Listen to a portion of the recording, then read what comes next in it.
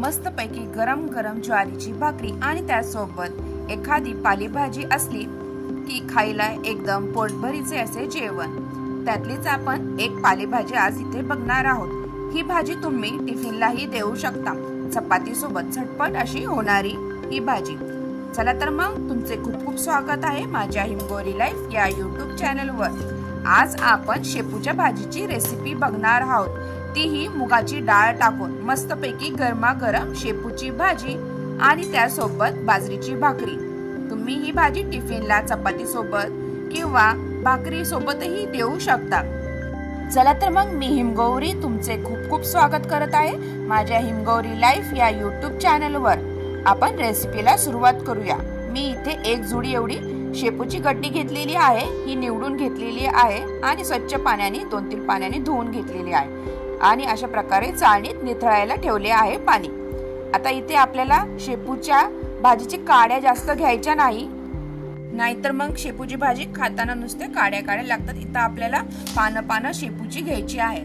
आता भाजी करण्यासाठी इथे मी 3-4 अशा हिरव्या मिरच्या घेतलेल्या आहेत आणि काही लसणाच्या पाकळ्या। इथे तुम्हाला तिखट जसे हवे आहे तसे तुम्ही इथं मिरच्या वापरू शकता आणि इथं भरपूर असा लसूण घ्यायचा आहे। आता मिरची आणि लसूण आपल्याला बारीक इथं चिरून घ्यायचा आहे। मी मिरची उभी काप करून घेणार आहे मिरचीचे आणि लसूण हा बारीक चिरून घेणार आहे। आता इथे मी 3 चमचे एवढी इथं मुगाची डाळ ही 15 ते 20 मिनिटं भिजत ठेवलेली होती।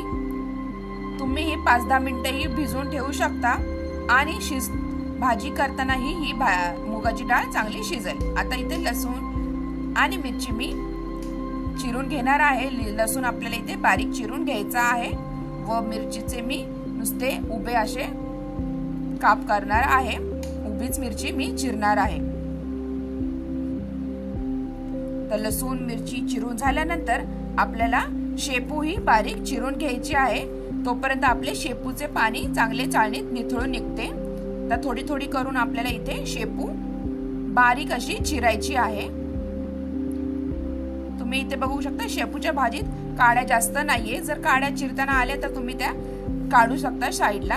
तर अशा प्रकारे नुसते पानं मी अशी बारीक चिरून शेपू घेतलेली आहे। छानपैकी आपल्याला इथं शेपू बारीक चिरून घ्यायची आहे। अशा प्रकारे इथे शेपू आपली चिरून झालेली आहे। आता आपल्याला कढईत थोडं तेल टाकून आपल्याला फोडणीची तयारी करायची आहे। आता तेल गरम झाले की त्यामध्ये आपल्याला आपण चिरलेल्या मिरच्या चांगल्या परतून घ्यायच्या आहेत। त्यानंतर इथे लसूण टाकायचं आहे। मिरची व लसूण तेलामध्ये चांगले परतले गेले की त्यामध्ये आपण चिरलेली शेपूची भाजी इथे टाकायची आहे।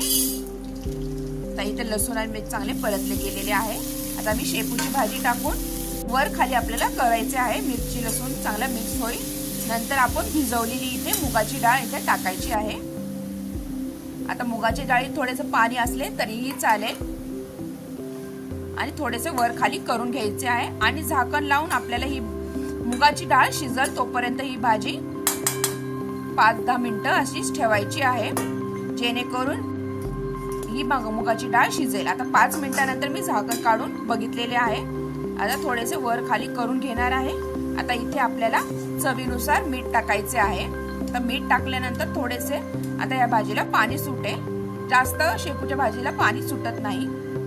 तर मी इथे चवीनुसार मीठ टाकलेले आहे व आता आपल्याला चांगले मिक्स करून घ्यायचे आहे। जर इथे तुम्हाला वाटत असेल की मुगाची डाळ शिजली नाही तर तुम्ही नुसतं पाण्याचा शितोडा दिला तरीही चालेल आणि पुन्हा झाकण लावून डाळ ही मऊ होऊन द्या। थोडीशी कडक थोडीशी राहिली तरीही चांगली लागते ही डाळ शेपूच्या भाजीमध्ये।